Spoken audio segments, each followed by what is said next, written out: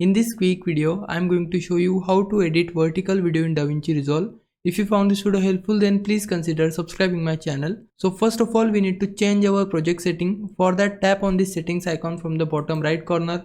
Once you tap on it, now here check mark this option which is use vertical resolution. Once we check mark it, make sure that your timeline resolution is 1080 by 1920, and under frame rate we need to change it to 30 frames per second and save these changes.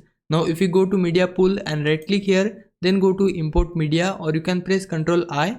Once you tap on it, then import the video which you want to insert on your vertical video. So I have this footage, I need to select it, then click on open, and now it will give you this window where it will ask for changing your frame rate, but we don't need to change our frame rate because we want to have our project frame rates. That's why we need to select don't change, and after that drag and drop your video footage on your timeline, and you can see it is vertical resolution now. And now you can do anything here. You can simply add cuts here by using this blade tool, and also you can go to effects, and from here you can add any transition here. You can go to titles to add any text layers above your video footage just like this.